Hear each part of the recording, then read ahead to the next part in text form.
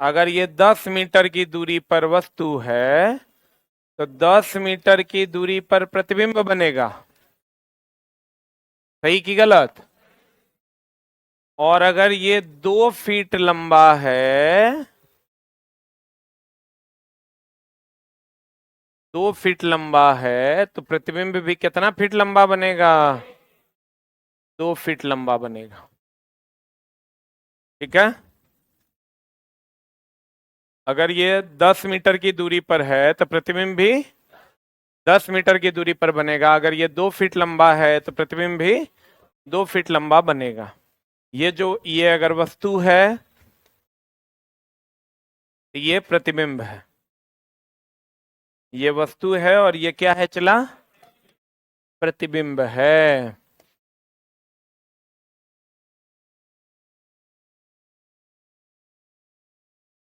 प्रतिबिंब की जो प्रकृति होगी वो होगी काल्पनिक। काल्पनिक और आभासी दोनों सेम है। काल्पनिक और आभासी दोनों क्या है? सेम है। जो काल्पनिक बोलिए आभासी बोलिए, बतवाई सेम की अलग अलग? काल्पनिक बोलिए और आभासी बोलिए, बतवाई सेम की अलग अलग? तो चला, काल्पनिक या आभासी कह दीजिए सीधा वस्तु से क्या बराबर। काल्पनिक सीधा और वस्तु के क्या बराबर। अब देखिए चला, अगर हम ई अगर भी मीटर पर सेकंड के वेग से दौड़ेगा वस्तु, तो आपको प्रतिबिंब 2 भी मीटर पर सेकंड के वेग से दौड़ता हुआ प्रतीत होगा। ध्यान दीजिएगा, अगर वस्तु दर्पण की ओर भी मीटर पर सेकंड से दौड़े तो आपको आपका प्रतिबिंब 2 भी मीटर पर सेकंड के वेग से दौड़ता हुआ प्रतीत होगा। अगर ये मान लीजिए दर्पण है, दर्पण ये आपतित किरण है और ये परावर्तित किरण है। अगर दर्पण को थीटा कोण से घुमाइएगा तो परावर्तित किरण 2 थीटा कोण से घूमेगी। ये आपतित किरण है मान लो, ये परावर्तित किरण है, तो अगर आपतित किरण को स्थिर रखते हुए, क्योंकि आपतित किरण को तो आप घुमा नहीं सकते, आपतित किरण सूर्य से आ रही है, उसको किरण को ऐसे घुमा सकते हैं क्या? आपतित किरण को स्थिर रखते हुए अगर दर्पण को थीटा कोण से घुमा दीजिएगा तो ये जो परावर्तित किरण है 2 थीटा कोण से घूम जाएगी। आपतित किरण को स्थिर रखते हुए अगर दर्पण को थीटा कोण से घुमाइएगा तो परावर्तित किरण कितना कोण से घूमेगी? 2 थीटा कोण से घूम जाएगी। अब देखो, अगर कोई दो समतल दर्पण एक दूसरे से थीटा कोण पर हो, एक दर्पण ये है और एक दर्पण ये है, दोनों एक दूसरे से कितना कोण पर हो? थीटा कोण। तो इनके बीच बनने वाले प्रतिबिंबों की संख्या होगी 360 बटे थीटा या 360 बटे थीटा -1।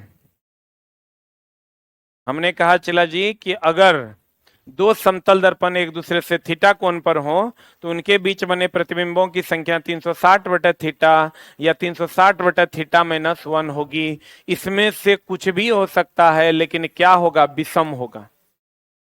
अगर विषम 360 बटे थीटा से आ गया तो यही उत्तर हो जाएगा। अगर विषम नहीं आया तो एक घटा देंगे। मान लेते हैं समतल दर्पण के बीच का कोण 90 डिग्री है, तो 90 डिग्री है तो 360 बटे 90 की जगह तो 9 चौका 36 4 आ जाएगा ना। तो ये फॉर्मूला लागू नहीं होगा क्योंकि विषम आना चाहिए। तो 4 में से 1 घटा दीजिए तो आ जाएगा आंसर 3। यही उत्तर होगा। बोलो रे, प्रतिबिंबों की संख्या हमेशा कैसी होनी चाहिए? विषम। तो विषम होना चाहिए। तो अगर 300 मान लेते हैं कि दो दर्पण एक दूसरे से थीटा कोण पर 90 डिग्री के कोण पर है। कितना डिग्री कोण पर है? कितना डिग्री कोण पर? 90 डिग्री के कोण पर है। तो 360 बटे 90 करेंगे, 4 में से 1 बराबर 3 न हो जाएगा? 4 में से 1 गया, क्या हो जाएगा? 3 हो जाएगा। तो 360 बटे थीटा या 360 बटे थीटा -1। तो 360 बटे 90 करेंगे तो 9 चौका 36 4 आ जाएगा। तो ई फॉर्मूला नहीं लगेगा। अगर यहां पर विषम आ जाता तो यही फॉर्मूला से आंसर हो जाता। तो ई फॉर्मूला लगाएंगे, 4 में से 1 बराबर कितना? 3 इज द आंसर। प्रतिबिंबों की संख्या हमेशा क्या होगी? विषम होगी। अगर मान लीजिए कि दो दर्पण एक दूसरे के समानांतर होते हैं तो समानांतर रेखा के बीच का कोण थीटा का मान 0 डिग्री हो जाएगा, क्योंकि दो समानांतर रेखाओं के बीच का कोण कितना डिग्री होता है? 0 डिग्री। अब यहां से 360 बटा जीरो करेंगे तो anything by zero is equal to अनंत हो जाए। अगर कोई दो समतल दर्पण किसी भी सैलून में या कहीं पर भी एक दूसरे के समानांतर रखे जाएंगे तो उनके प्रतिबिंबों की संख्या हो जाएगी अनंत, जिसमें कहेगा कैवा प्रतिबिंब सबसे अधिक स्पष्ट दिखाई देगा, दूसरा। दूसरा प्रतिबिंब सबसे अधिक स्पष्ट दिखाई देगा। कैवा प्रतिबिंब आपको कहेगा अगर किसी सैलून में दो समतल दर्पण को एक दूसरे के समानांतर रख दिया जाए तो प्रतिबिंबों की संख्या कितनी होगी, अनंत। अनंत इसलिए होगी क्योंकि थीटा का मान कितना होगा, 0 डिग्री, तो 360 बटा जीरो हो जाएगा अनंत। और अनंत को सम विषम से डिफाइन नहीं करते हैं तो इसलिए घटाएंगे नहीं। और अनंत प्रतिबिंब में कैवा प्रतिबिंब सबसे अधिक स्पष्ट दिखाई देगा, दूसरा। कैवा समतल दर्पण, देखिए जितना बड़ा वस्तु है उतने बड़ा प्रतिबिंब है, काल्पनिक और आभासी प्रतिबिंब बनाता है। समतल दर्पण में प्रतिबिंब का आकार वस्तु के आकार के बराबर होता है। अब देखो, अगर कोई समतल दर्पण है, मान लो इतना बड़ा दर्पण है और इसमें आपको अपना पूरा आकृति देखना है, पूरा आकृति दिखाई नहीं ना देगा। समतल दर्पण में अगर अपना पूरा आकार देखना है तो अपने आकार का आधा आकार का दर्पण होना चाहिए, कम से कम। उससे बड़ा हो जाए कोई दिक्कत नहीं है। यानी अगर हम 5 फीट के हैं और हम पूरा का पूरा एक साथ ही दर्पण में देखना चाहते हैं तो कम से कम 2.5 फीट का दर्पण होना चाहिए। कितना फीट का, 2.5 फीट का दर्पण होना चाहिए। समतल दर्पण में दर्पण से वस्तु की दूरी और प्रतिबिंब की दूरी समान होती है कि अलग अलग? दर्पण से वस्तु दूरी कहिए, दर्पण से वस्तु दूरी कहिए, दर्पण से प्रतिबिंब दूरी कहिए, दोनों समान है कि अलग अलग? समतल दर्पण में कैसा प्रतिबिंब बनता है, कैसा? किसी वस्तु की पूरी लंबाई देखने के लिए दर्पण की लंबाई वस्तु की लंबाई की क्या होनी चाहिए, आधा। अगर कोई व्यक्ति भी मीटर पर सेकंड के वेग से दर्पण की ओर दौड़ता है तो उसे अपना प्रतिबिंब 2 भी मीटर पर सेकंड के वेग से दौड़ता हुआ प्रतीत होगा। अगर समतल दर्पण को थीटा कोण से घुमाते हैं तो परावर्तित किरण कितना कोण से घूमेगी, 2 थीटा को। अगर समतल दर्पण को थीटा कोण से घुमाते हैं तो परावर्तित किरण किस कोण से घूमेगी, 2 थीटा कोण से। अगर कोई समतल दर्पण एक दूसरे से थीटा कोण पर हो तो उनके बीच बने प्रतिबिंबों की संख्या विषम होगी, जो बराबर होगी किसके, 360 बटा थीटा या 360 बटा थीटा माइनस 1 के। दो समतल दर्पण अगर एक दूसरे के समानांतर रखने पर अनंत प्रतिबिंब का निर्माण होता है, जिसमें दूसरा प्रतिबिंब सबसे अधिक स्पष्ट होता है। हाँ, बनता है, चला, ऐसा होता है इसलिए पढ़ते हैं। जो चीजें प्रैक्टिकली प्रूव्ड है उस पर आप सवाल नहीं खड़े कर सकते कि ऐसा क्यों होता है, ऐसा देखा गया, इसी को लिखा गया। आप प्रैक्टिकल करके देख लो, प्रूफ हो जाएगा। अब देखो, चला, हमने समतल दर्पण के बारे में क्या पढ़ा? हमने पढ़ा समतल दर्पण, पहले तो लिख लो एक लाइन, समतल दर्पण का वक्रता केंद्र अनंत होता है। समतल दर्पण का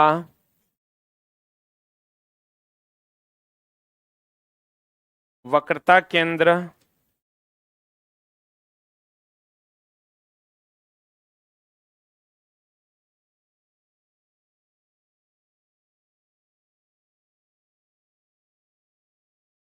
अनंत होता है।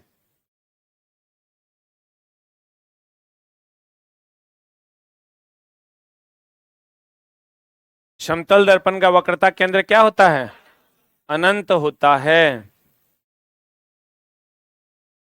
देखो, चला, समतल दर्पण की अगर हम बात करें तो इसमें प्रतिबिंब कैसा बनता है, आभासी, सीधा, बराबर, और उतनी ही दूरी पर जितना दूरी पर वस्तु है। सही है ना? अगर समतल दर्पण की ओर भी मीटर पर सेकंड के वेग से कोई वस्तु दौड़ता है तो उसे प्रतिबिंब जो है 2 भी मीटर पर सेकंड के वेग से दौड़ता हुआ प्रतीत होगा। सही की गलत, सही की गलत, 2 भी मीटर पर सेकंड से दौड़ता प्रतीत होगा। अगर समतल दर्पण की हम बात करें तो समतल दर्पण में अगर दर्पण को थीटा कोण से घुमाएंगे तो परावर्तित किरण कितना कोण से घूमे, दर्पण अगर थीटा कोण से घूमेगा तो परावर्तित किरण किससे घूमेगा, तो परावर्तित किरण जो होगा वो कितना कोण से घूम जाएगा, 2 थीटा कोण से घूम जाएगा, कितना कोण से घूम जाएगा। और अगर हम बात करें जितनी लंबाई का वस्तु होगा उतनी ही लंबाई का क्या बनेगा प्रतिबिंब, और उतनी ही दूरी पर न बनेगा। ये अगर 10 मीटर है तो ये भी कितना मीटर होगा, 10 मीटर। सही कि गलत। अगर आपको पूरी लंबाई देखनी है दर्पण में तो दर्पण की लंबाई वस्तु की लंबाई की आधी होनी चाहिए। सही है। अब एक होता है चला पेरिस्कोप, क्या होता है।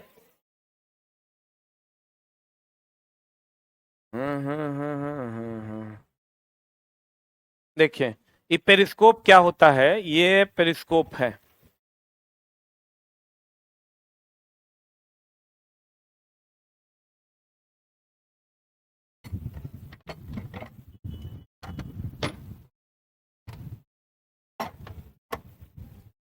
देखिए ये पेरिस्कोप है, ठीक ना।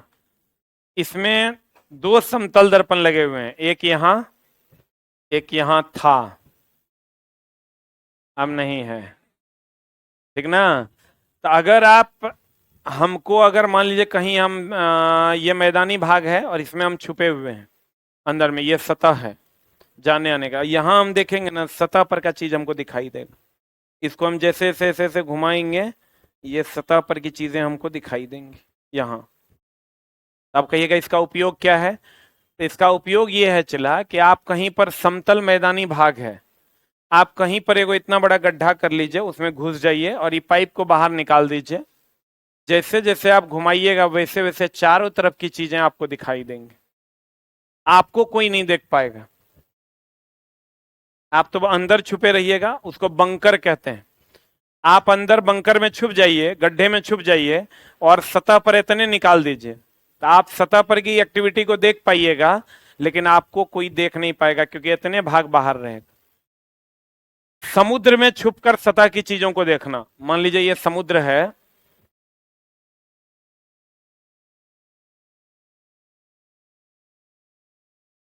इस समुद्र में छुप के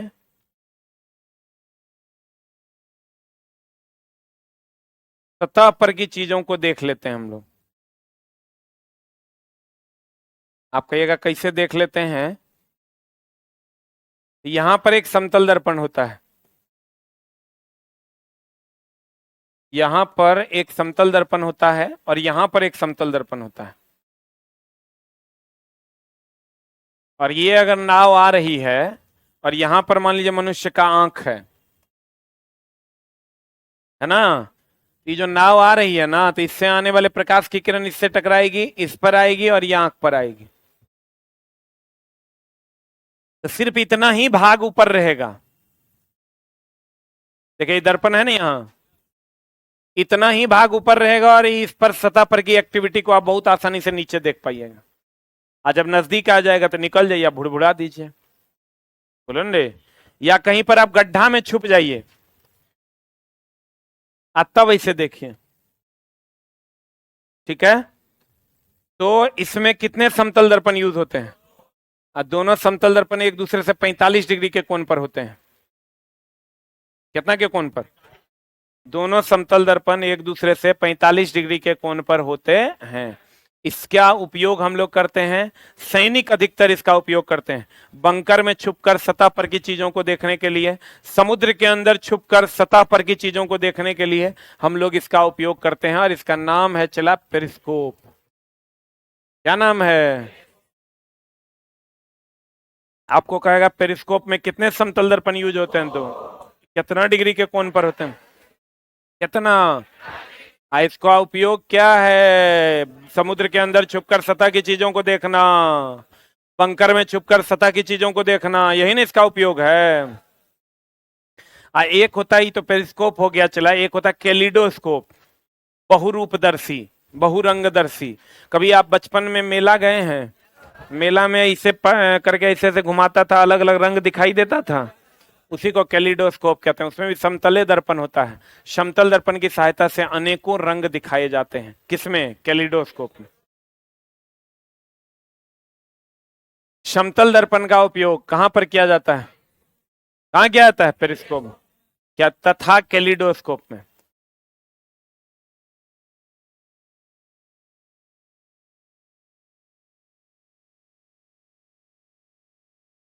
तथा किसमें? कैलिडोस्कोप में। लिखा? तथा किसमें? कैलिडोस्कोप में। पेरिस्कोप का प्रयोग बंकर के अंदर छुपकर या समुद्र के अंदर छुपकर युद्ध करने के लिए किया जाता है। पेरिस्कोप का उपयोग बंकर के अंदर छुपकर या समुद्र के अंदर छुपकर युद्ध करने के लिए किया जाता है।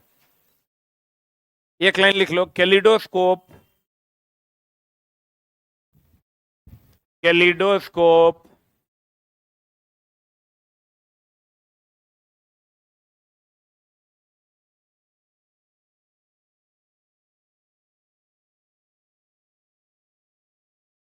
को बहुरूपदर्शी भी कहते हैं।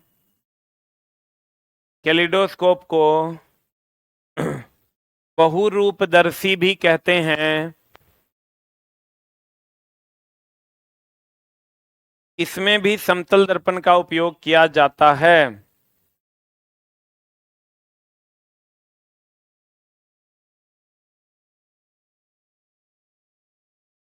इसमें किस दर्पण का उपयोग किया जाता है?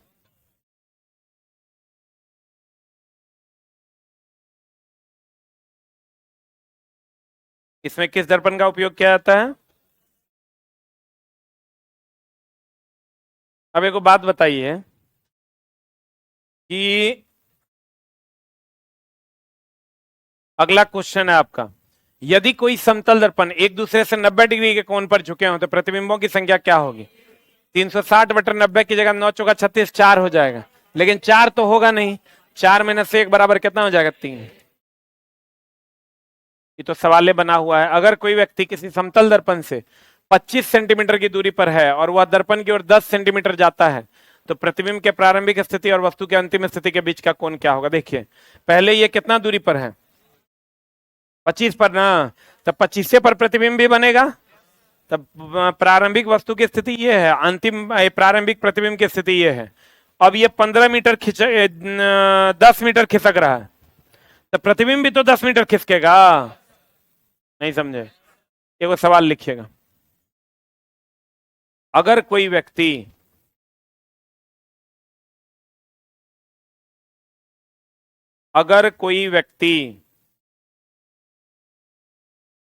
किसी दर्पण से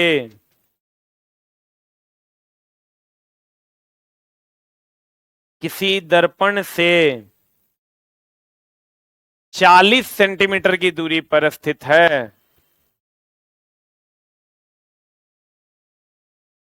40 सेंटीमीटर की दूरी पर स्थित है। कितना सेंटीमीटर? 40 सेंटीमीटर की दूरी पर स्थित है, और वह व्यक्ति दर्पण की ओर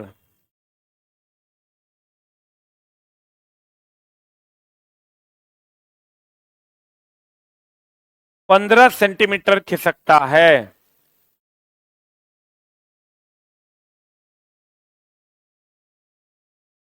15 सेंटीमीटर खिसकता है तो वस्तु की प्रारंभिक स्थिति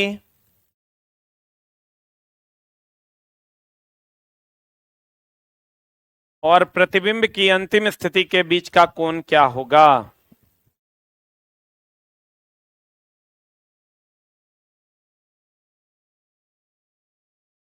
वस्तु की प्रारंभिक स्थिति और प्रतिबिंब की अंतिम स्थिति के बीच का कोण क्या होगा? सॉरी, दूरी क्या होगा?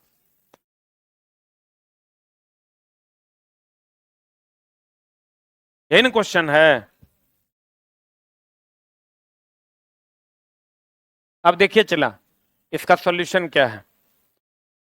आपको कह रहा है कितना सेंटीमीटर की दूरी पर कोई व्यक्ति खड़ा है। बहुत बढ़िया बात, 40 सेंटीमीटर की दूरी पर कोई व्यक्ति खड़ा है ना? तो बताइए, प्रतिबिंब भी तो 40 पर बनेगा। तो भैया प्रतिबिंब भी 40 पर बना। ये बताओ, ये वस्तु की प्रारंभिक स्थिति है कि अंतिम? वस्तु की प्रारंभिक स्थिति। ई प्रतिबिंब की, ई है प्रतिबिंब की कौन स्थिति? प्रारंभिक स्थिति ना। प्रतिबिंब की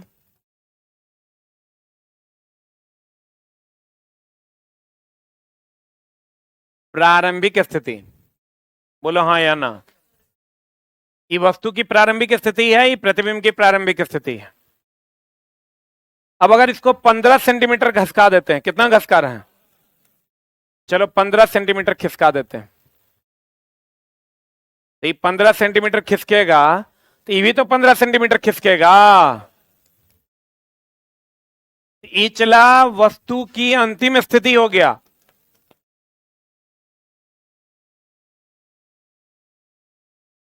ई जो हुआ, ये प्रतिबिंब की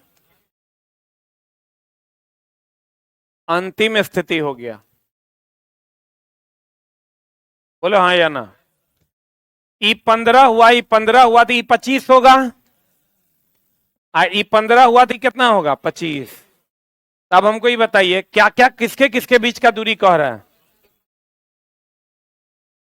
वस्तु की प्रारंभिक स्थिति, देखो वस्तु की प्रारंभिक स्थिति ये है, आप प्रतिबिंब की अंतिम स्थिति ये है ना। ना ये है, हाँ हाँ, वस्तु की प्रारंभिक स्थिति और प्रतिबिंब की अंतिम स्थिति ये ना है। ये दोनों के बीच का कोण हो जाए, दूरी हो जाएगा 40 आप 25, कितना? 65 सेंटीमीटर। बोलो रे, यही क्वेश्चन है बोर्ड पर भी जो पीछे है, जल्दी से छाप।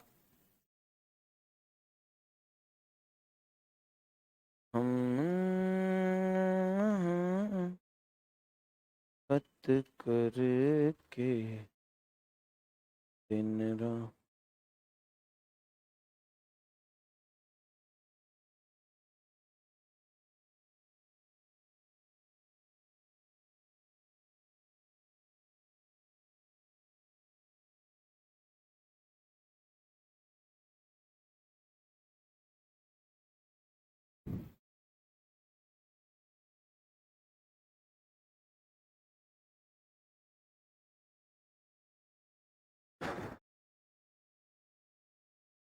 चला जी, आप लोग अपना कार्ड संभाल के रखिए, वो आपको फ्यूचर में भी काम देगा। कभी अगर लग जाएगा कि नहीं हमको ये चैप्टर में डाउट है, तो आप पढ़ पाइएगा।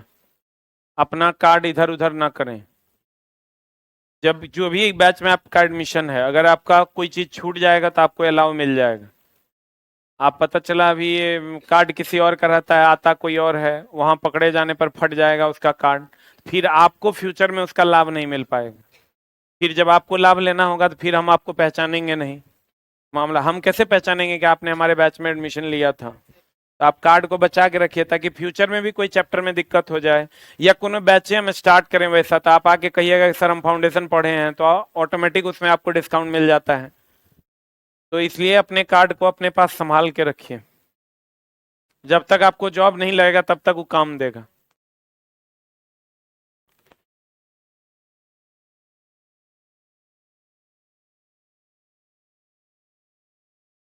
हो गया? अरे हुआ, अरे हुआ।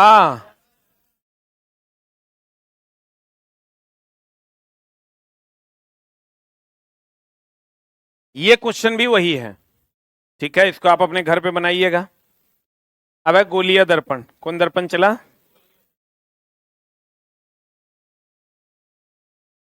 चला, एक बात बता, दर्पण और लेंस में क्या फर्क है? दर्पण के पीछे पेंट किया हुआ होता है, लेंस के पीछे पेंट नहीं किया हुआ होता, ठीक है ना। अब एक होता है चला गोलीय दर्पण, ये तो हो गया समतल। अब एक क्या होता है चला, गोलीय दर्पण। गोलीय दर्पण, ये अगर गोला है, इसको दो भाग में बांट दीजिए। इसको कितने भाग में बांट दीजिए? दो भाग में बांट दीजिए आप। तो दो भाग में बांटिएगा ना, तो एक भाग में बाहर से पेंट कर दीजिए, एगो भाग में अंदर से, तो जो अंदर से पेंट कीजिएगा ना ये हो जाएगा उत्तल, उत्तल दर्पण। कौन दर्पण? और जो बाहर से पेंट कीजिएगा ये हो जाएगा अवतल दर्पण। जो अंदर से पेंट कीजिएगा तो कौन दर्पण? अंदर से पेंट कीजिएगा उत्तल दर्पण, अब बाहर से पेंट कीजिएगा अवतल दर्पण। गया कि बोरा में गया? तो चला गोलिया दर्पण। ये जो गोलिया है ये दर्पण दो प्रकार का, एक होता है अवतल दर्पण,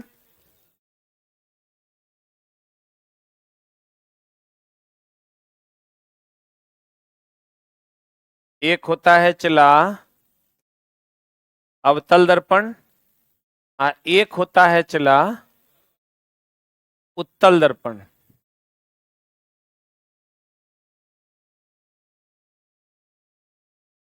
उत्तल दर्पण, अवतल दर्पण कुछ ऐसा होता है, ये बताओ धसा हुआ है कि उभरा हुआ है? उत्तल दर्पण कुछ ऐसा होता है, ये उभरा हुआ ना। आप देखो इस पॉइंट पे अगर ये ऐसे रेखा जो जाती है, इस रेखा को हम लोग कहते हैं चला मुख्य अक्ष। इस रेखा को क्या कहते हैं? Principal axis. मुख्य अक्ष दर्पण के जिस बिंदु पर मिलती है उसे पोल कहते हैं, ध्रुव कहते हैं। क्या कहते हैं चला?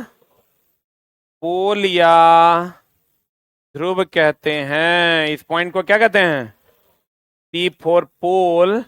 आप पोल बोले तो क्या? ध्रुव।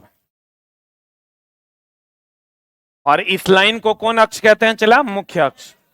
कौन अक्ष कहते हैं? अब देखो यहां कहीं ना कहीं अगर ये गोलीय दर्पण का भाग है चला तो कहीं ना कहीं केंद्र होगा ना, बोलो रे। तो कहीं ना कहीं जो केंद्र होगा इसको हम लोग कहते हैं वक्रता केंद्र। वक्र का केंद्र, वक्रता केंद्र। इसका भी केंद्र इस साइड होगा, इसको भी कहते हैं क्या? वक्रता केंद्र। अब दर्पण पर जो भी किरण आती है इसको ये एक जगह सिकोड़ देती है, इसको कहते हैं हम लोग फोकस। ये जो दर्पण पर ये किरणें आती है इसको ये क्या करती है? फैला देती है। तो ये जहां मिलती हुई प्रतीत होती है इसको भी कहते हैं फोकस। देखो दर्पण के समानांतर, प्रधान अक्ष के समानांतर, किस अक्ष के समानांतर? प्रधान अक्ष के समानांतर जो किरणें आती है, ये प्रधान अक्ष है, इसके समानांतर जो किरणें आती है वो दर्पण से टकराने के बाद जिस बिंदु पर मिलती है उसे क्या कहते हैं? फोकस। या मिलती हुई प्रतीत होती है उसे हम लोग क्या कहते हैं? फोकस। क्या कहते हैं चला?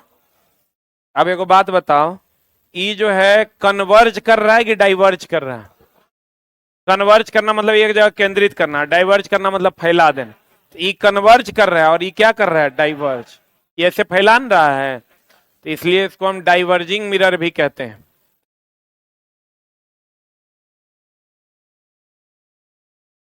इसको हम लोग डाइवर्जिंग मिरर कहते हैं, अपसारी दर्पण कहते हैं।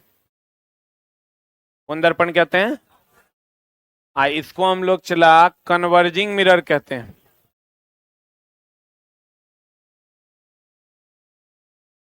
इसको हम लोग कन्वर्जिंग मिरर कहते हैं और हिंदी में इसको अभिसारी दर्पण कहते हैं।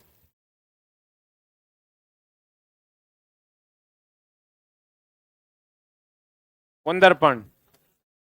क्योंकि ये सभी किरणों को एक जगह केंद्रित करता है इसलिए कन्वर्ट अभिसारी, और ये सभी किरणों को फैला देता है इसलिए डाइवर्जिंग अपसारी। अब चला यहां से यहां तक की जो दूरी है इसको हम लोग आर कहते हैं, और यहां से यहां तक की जो दूरी है इसको हम लोग एफ कहते हैं। ये हो गया फोकस दूरी। फोकस बिंदु अलग है, आप फोकस दूरी अलग है, वक्रता केंद्र अलग है, वक्रता त्रिज्या अलग है। बोलवे नहीं करेगा। आज सारी की सारी दूरियां जो नापी जाती है वो पोल से, कहां से?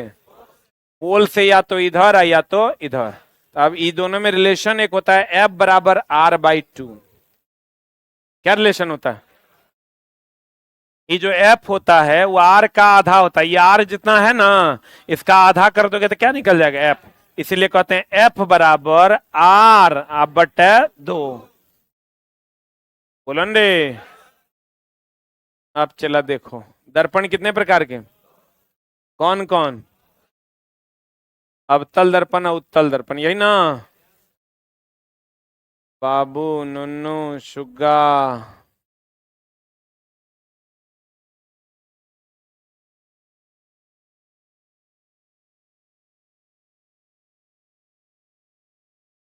हाँ कैसे लिखेगा, लिख तो पाएगा नहीं तुम लोग, लिख लेगा। गोंगो गोंगो हो गया, गोंगो गोंगो हो गया तो हम फिर दूसरा बना देंगे। कितने लोग लिख लेगा, बाकी लोग नहीं लिख पाएगा। एक बार और समझा भी देंगे। गोलीय दर्पण यही चला, ये दो प्रकार का होता है। एक होता है अवतल दर्पण, अवतल दर्पण को हम अभिसारी दर्पण भी कहते हैं, अभिसारी दर्पण। और एक होता है उत्तल दर्पण, उत्तल दर्पण को अपसारी दर्पण कहते हैं। कौन दर्पण कहते हैं, अपसारी दर्पण कहते हैं। अब ई जो होता है चला, ये ऐसा होता है, उभरा हुआ होता है कि धसा हुआ, धसा हुआ। और ये होता है उभरा हुआ, इसमें बाहर से कलई होता है, उसमें अंदर से। ये दोनों को हम लोग कहते हैं कौन अक्ष, बोलन रे, प्रधान अक्ष। बोलवे नहीं करेगा। ई वाला जो भाग है इसको कहते हैं पोल, इसको भी क्या कहते हैं, पोल। इसमें जो भी किरणें आती है वो जिस जगह पर फोकसित होती है उसे क्या कहते हैं, फोकस। इसमें जो भी किरण आती है वो डाइवर्ट हो जाती है लेकिन मिलती हुई प्रतीत होती है, तो इसको हम लोग क्या कहते हैं, फोकस। ये हो गया सेंटर, यहां पर ये हो गया सेंटर। यहां से यहां तक की जो दूरी होगी उसको कहते हैं आर, बोलन रे। यहां से यहां तक की जो दूरी होगी इसको कहते हैं एफ। एफ बराबर होता है आर बटा 2। यही ना बात हुआ है। तुझे तेरी, लेकिन कुछ चीजों को थोड़ा और डिटेल में पढ़ना होगा ना तो क्वेश्चन ही नहीं बनेगा।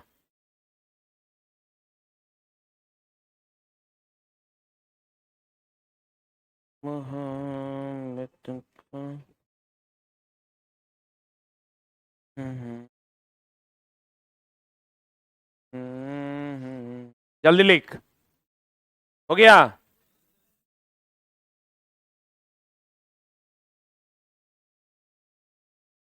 अच्छा जी, कॉल के टेस्ट को हम थोड़ा सा आसान बना दिए हैं क्योंकि बड़ा अफरा तफरी मच जाता है, लाइन बहुत लंबा हो जाता है, बच्चों को लंबा लाइन में वेट करना पड़ता है, तो उसको हम आसान बना दिए हैं। टिकट आज से ही मिलेगा, आज से ही टिकट आपको मिलना शुरू हो जाएगा। अभी से 12 बजे से अभी आप जाइएगा नीचे तो टिकट मिल जाएगा कल के टेस्ट का।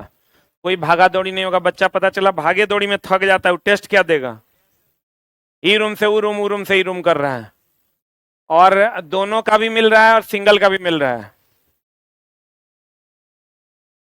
ALP tech non tech trade test का भी और उसका, दोनों का एक साथ भी मिल रहा है और अलग अलग भी मिल रहा है, सिर्फ नॉन टेक का। लेकिन चला अभी से एग्जाम तक में आपको 500 रुपया खर्च करना है, ये आप दिमाग में एडजस्ट कर लिए। 6 महीना में पर महीना 80 रुपया खर्च होना है, लेकिन एग्जाम हॉल में जाइएगा सब क्वेश्चन वहीं से रहेगा, क्योंकि चला 6 महीना में 24 सेट होगा, 24 दुनिया 48 सेट हो जाएगा। 48 सेट मतलब 5000 क्वेश्चन है, उसके 4 ऑप्शन यानी 20,000 क्वेश्चन। लेकिन प्रॉपर वे में डिस्कशन फॉलो करना होगा, प्रॉपर वे में मटेरियल फॉलो करना होगा, तब होगा।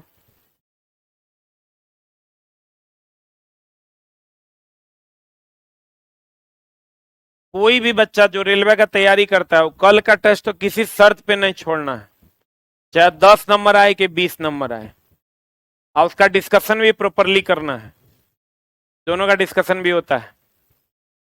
हो गया, अरे हुआ। कभी कभी चला क्या करता है, अब नए ट्रेंड के क्वेश्चन में ये तुमको किसी किताब में नहीं मिलेगा। इसको बिंदु स्रोत मान लेता है। क्या मान लेता है? कि अगर जैसे यहां से ऐसे आया तो ऐसे जाएगा ना, लेकिन अगर यहां से ऐसे निकलेगा तो ऐसे जाएगा। फोकस को अगर बिंदु स्रोत मान लिया जाए तो उससे आने वाली किरणें मुख्य अक्ष के समानांतर निकल जाती है। दो बातें हैं, प्रधान अक्ष के समानांतर आने वाली किरणें फोकस पर मिलती है, लेकिन अगर फोकस को बिंदु स्रोत मान लिया जाए तो वहां से निकलने वाली किरणें दर्पण से टकराने के बाद प्रधान अक्ष के समानांतर निकलती। बोलन रे, बोलाना रे, ओझा रहा है कि बोरा में जा रहा है। देखो, लाइट से चला 250 क्वेश्चन पूछा है।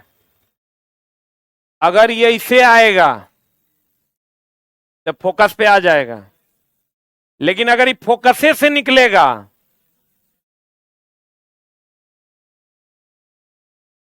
बुझा रहा है, जल्दी से छाप लिखना, पहले फिगर बना दो तब लिखना।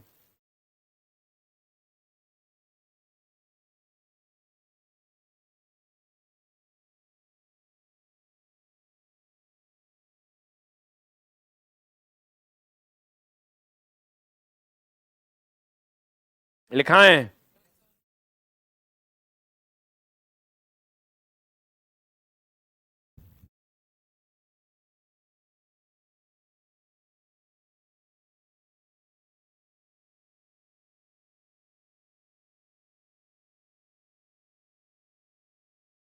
लिखाएं?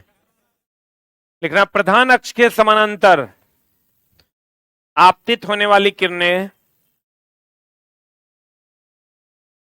प्रधान अक्ष के समानांतर आपतित होने वाली किरणें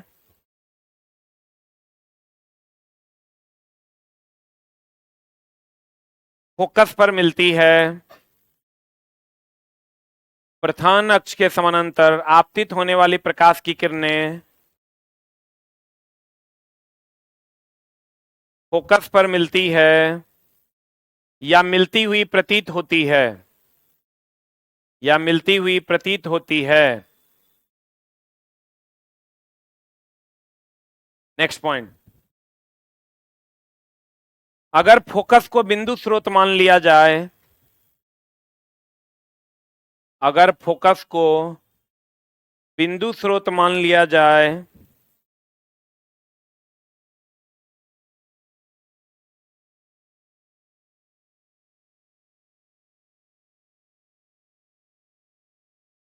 तो उससे आने वाली किरणें, तो उससे, अगर फोकस को बिंदु स्रोत मान लिया जाए तो उससे आने वाली किरणें दर्पण से टकराकर, उससे आने वाली किरणें दर्पण से टकराकर प्रधान अक्ष के समानांतर चली जाती है। उससे आने वाली किरणें दर्पण से टकराकर प्रधान अक्ष के समानांतर चली जाती है। किसके समानांतर चली जाती है? किसके समानांतर जाती है? रे, समझ में आया कि बोरा में जा रहा है? एक बार फिर समझना, हमने कहा कि अगर प्रधान अक्ष के समानांतर आएगा तो फोकस पर मिलेगा, लेकिन फोकसे को अगर स्रोत मान लीजिएगा तो फिर दर्पण से टकराने के बाद प्रधान अक्ष के समानांतर चला जाएगा। बोलन रे, समझ में आया कि बोरा में गया? आ रहा है? जहां पर सभी किरणें फोकसित होती है उसे फोकस कहते हैं, और जहां पर उस कर्व का केंद्र होता है उसे वक्रता केंद्र कहते हैं। और F बराबर होता है R/2। Thank you very much. Mind test का भी चला मटेरियल ले जाके पढ़िए, ना तो यही दिन पे आपको पछताना पड़ जाएगा। जो टाल मटोल करिएगा ना, इसी दिन पे पछताना पड़ेगा, ये बात आप याद रखिएगा। और ALP दोनों टेस्ट का नीचे कूपन मिल रहा है, आप कूपन लेके संभाल के रख लीजिए।